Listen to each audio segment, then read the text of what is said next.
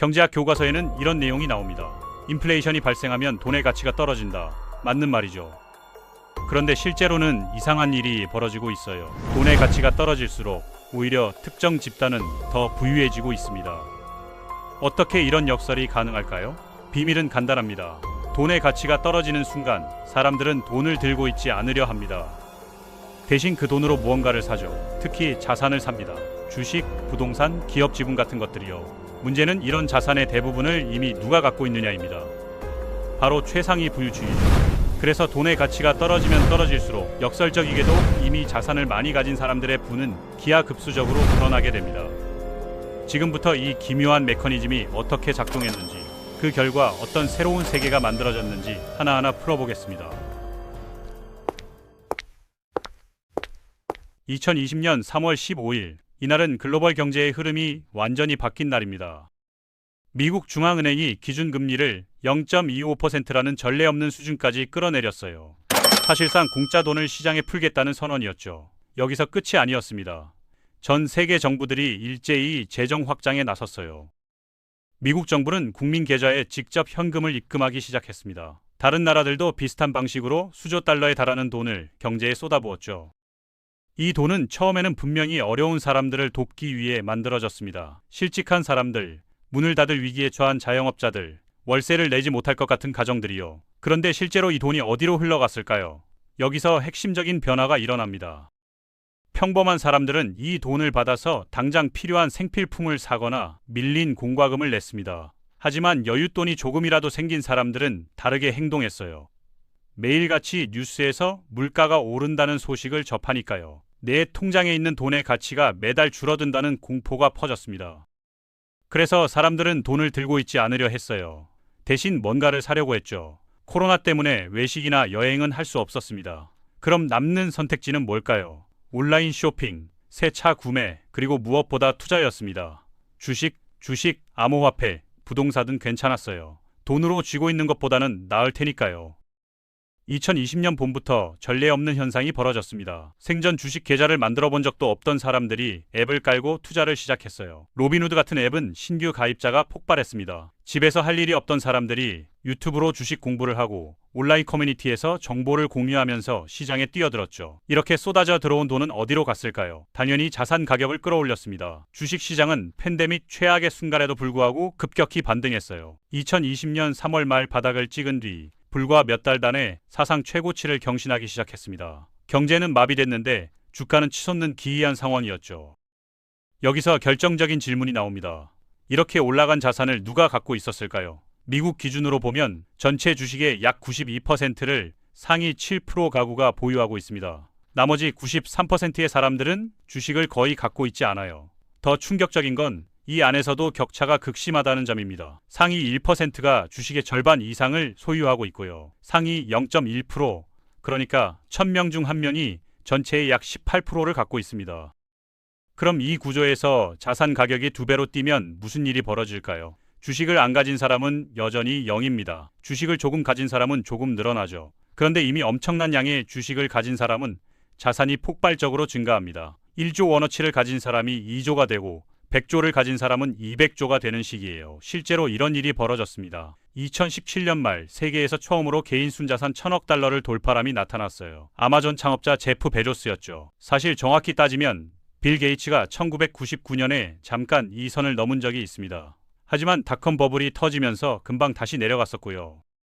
베조스는 달랐어요. 2019년에 이혼하면서 자기 아마존 주식의 4분의 1 가까이를 전 부인에게 줬는데도 계속 이 클럽에 머물렀습니다. 2019년 중반쯤에는 명품 제국 LVMH의 베르나르 아르노도 잠깐 합류했다가 코로나 초기 매출 감소로 빠져나갔고요. 그런데 2020년 3월 15일 이후로 상황이 완전히 달라집니다. 1000억 클럽 회원이 1명에서 시작해서 지금은 17명까지 늘어났어요. 그것도 단 5년도 안 되는 시간에 말이죠. 일론 머스크를 봅시다. 2020년 3월 당시 그의 순자산은 약 310억 달러였습니다. 억만장자 리스트에는 들어있었지만 상위권도 아니었어요. 그런데 5년이 채 안 된 지금 그의 자산은 14배 이상 불어났습니다. 최근에는 4,500억 달러를 넘어서면서 현대 역사상 가장 부유한 개인이 됐죠. 인플레이션을 감안해도 존 디 록펠러의 추정 자산을 넘어선 수준입니다. 머스크만 특별한 게 아니에요. 거의 모든 초고액 자산가들의 재산이 이 시기에 급증했습니다. 전 세계 부자 순위 상위 46위까지 가야 겨우 5년 전보다 가난해진 사람을 찾을 수 있어요. 중국의 마윈인데 이 사람은 중국 정부의 규제 때문에 예외적으로 자산이 줄어든 케이스입니다. 왜 이런 일이 벌어졌을까요? 간단합니다. 정부가 푼 돈이 결국 자산으로 흘러갔기 때문이에요. 처음에는 어려운 사람들을 돕는다는 명목이었지만 그 돈을 받은 사람들 중 여유가 있는 사람들은 투자했고 그 투자금은 결국 이미 자산을 많이 가진 사람들의 자산 가치를 끌어올렸습니다. 중소기업을 지원한다던 급여 보호 프로그램 같은 것도 마찬가지였어요. 작은 사업자들에게도 도움이 됐지만 큰 사업자들에게 훨씬 더 많은 혜택이 돌아갔습니다. 이건 미국만의 문제가 아니었어요. 거의 모든 선진국 정부가 비슷한 부양책을 폈고 결과도 비슷했습니다. 그런데 지금은 상황이 또 바뀌었습니다. 각국 정부는 자기들이 푼 돈 때문에 생긴 인플레이션을 잡으려고 금리를 다시 올렸어요. 팬데믹 이전보다도 높은 수준까지 올렸습니다. 평범한 사람들의 저축은 물가에 녹아내렸고 대신 빚이 그 자리를 차지했죠. 기술이나 금융 분야에서 좋은 연봉을 받던 전문직들도 대규모 해고를 겪었습니다. 생활비는 모든 계층을 때렸고요. 보통이라면 이런 상황에서는 주식 시장으로 들어오는 돈이 줄어들면서 시장이 식을 겁니다. 그런데 실제로는 그렇게 안 됐어요. 억만장자들이 보유한 기업들의 가치는 지금도 2020년 무제한 돈 풀기가 최고조에 달했을 때보다 더 높습니다. 왜 그럴까요? 기업들이 돈을 더 잘 벌고 있어서일까요? 아닙니다. 실러 주가 수익 비율이라는 걸 봅시다. 이건 기업이 지난 10년간 번 돈과 현재 주가를 비교하는 지표예요. 기업이 돈을 잘 버는데 주가가 싸면 이 비율이 낮게 나옵니다. 반대로 주가가 실적에 비해 너무 비싸면 높게 나오죠. 지금 이 비율이 얼마나 될까요? 1929년 대공황 직전보다 높습니다. 2008년 금융위기 때보다 높고 심지어 2020년보다도 높아요. 역상 이보다 높았던 때는 딱 한 번뿐입니다. 1999년 닷컴 버블 정점 때죠.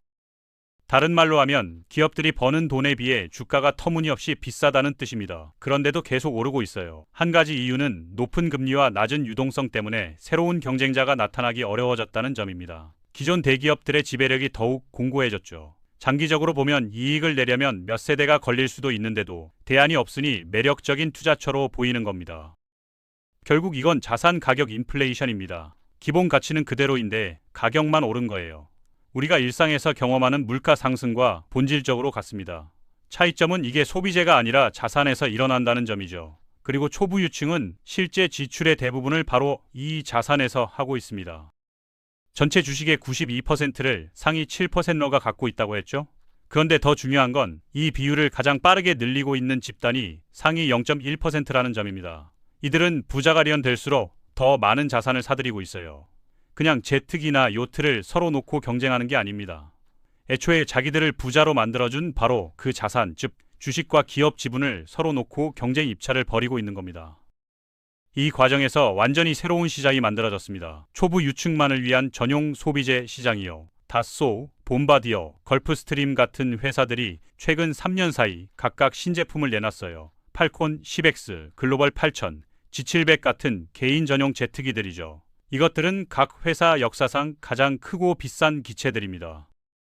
공식 가격은 발표되지 않지만 업계 추정치로는 기본 기체만 약 8,200만 달러, 우리 돈 1,070억 원에서 시작합니다. 내부 인테리어와 특수 장비를 더하면 1,000만에서 2,000만 달러가 추가로 들어가요. 자산 10억 달러, 그러니까 1조 3천억 원 정도 가진 사람도 이걸 사기는 어렵습니다.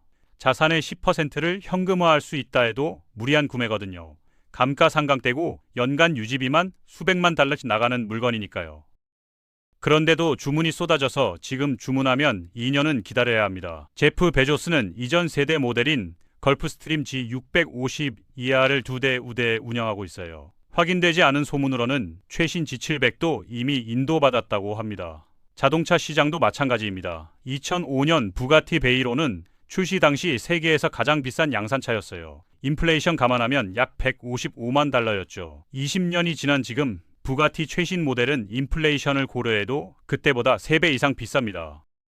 지난 10년간 10,000달 이상 자동차 판매는 폭발적으로 증가했어요. 수십 개 브랜드에서 나온 100종 이상의 모델들이 모두 최소 수십억 원대 가격표를 달고 있습니다. 20년 전에는 존재조차 하지 않았던 시장이에요. 더 놀라운 건 돈만으로는 이런 차를 살 수 없다는 점입니다. 먼저 같은 브랜드의 다른 차들에 수천만 달러를 써야 해요. 그래야 7자리 가격표 붙은 한정판을 살 자격이 주어집니다. 운이 좋으면 단 한 대만 만드는 원오프 모델을 주문할 기회도 얻을 수 있는데 이건 수천만 달러를 넘어갑니다. 요트 제조사들은 2030년까지 주문이 꽉 찼고요. 모나코 그랑프리 같은 행사의 프리미엄 접근권, 글로벌 엘리트 선호 지역의 부동산 가격도 천정부지로 치솟았습니다. 부자들의 자산 증가 속도는 일반 인플레이션의 약 3배예요. 그러니 이들을 위한 물건 가격도 3배 빠르게 오르는 겁니다. 현재 세계에서 가장 빠르게 성장하는 소비자 시장 중 하나가 바로 최상위 500명입니다. 기업들은 시장 원리에 따라 가격을 매겼을 뿐이에요. 이 과정에서 평범한 억만장자들은 게임에서 밀려나기 시작했습니다. 한 자릿수 억만장자들이 고통받는 걸 보고 슬퍼하시는 분은 많지 않겠지만 진짜 문제는 따로 있어요. 이 조용한 변화가 의미하는 바가 뭐냐는 겁니다. 돈의 가치가 떨어지면 돈을 많이 가진 사람이 타격을 받아야 정상 아닐까요? 그런데 실제로는 정반대 현상이 벌어졌습니다. 왜냐하면 초부 유층은 현금을 들고 있지 않거든요. 그들의 부는 자산에 묶여 있어요. 그리고 돈의 가치가 떨어질 때 사람들이 자산을 사려고 몰려들면서 자산 가격이 폭등했습니다.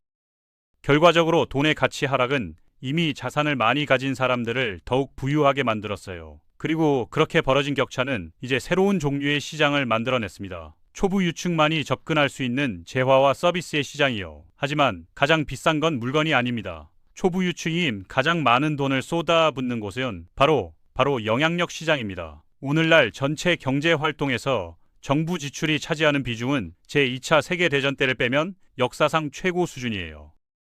그 돈이 어디로 흘러갈지, 무엇이 규제될지를 결정하는 데 목소리를 내는 것, 이게 현대 비즈니스 리더의 필수 역량이 됐습니다. 원래는 이러면 안 되는데 이게 우리가 사는 현실이에요. 전통적인 로비만으로는 부족합니다. 이제 비즈니스 리더들은 가장 높은 대가를 지불해야 해요. 바로 자신의 존엄성입니다. 우리는 최근 몇 달간 이 리스트 최상위에 있는 사람들이 줄을 서서 새 권력자에게 충성을 맹세하는 모습을 봤습니다.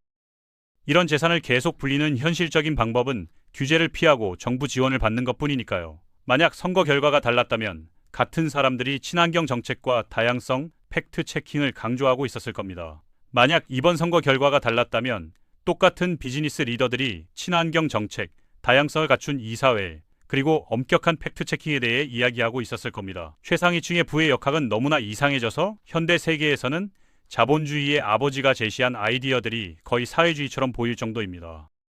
결국 우리는 지금 역사상 유례없는 순간을 목격하고 있는 셈이죠. 같은 인플레이션 속에서 누군가는 생필품 가격에 허덕이고 누군가는 수천억짜리 제트기 주문 대기 명단에 이름을 올립니다. 돈의 흐름을 이해하는 것, 권력의 이동을 파악하는 것, 이게 바로 지금 시대를 살아가는 데 필요한 진짜 지식이에요. 이런 세상의 숨겨진 메커니즘과 거대한 변화들을 계속 다뤄보겠습니다. 경제와 정치, 기술이 어떻게 연결되어 우리 삶을 바꾸는지 알고 싶으시다면 구독 부탁드립니다.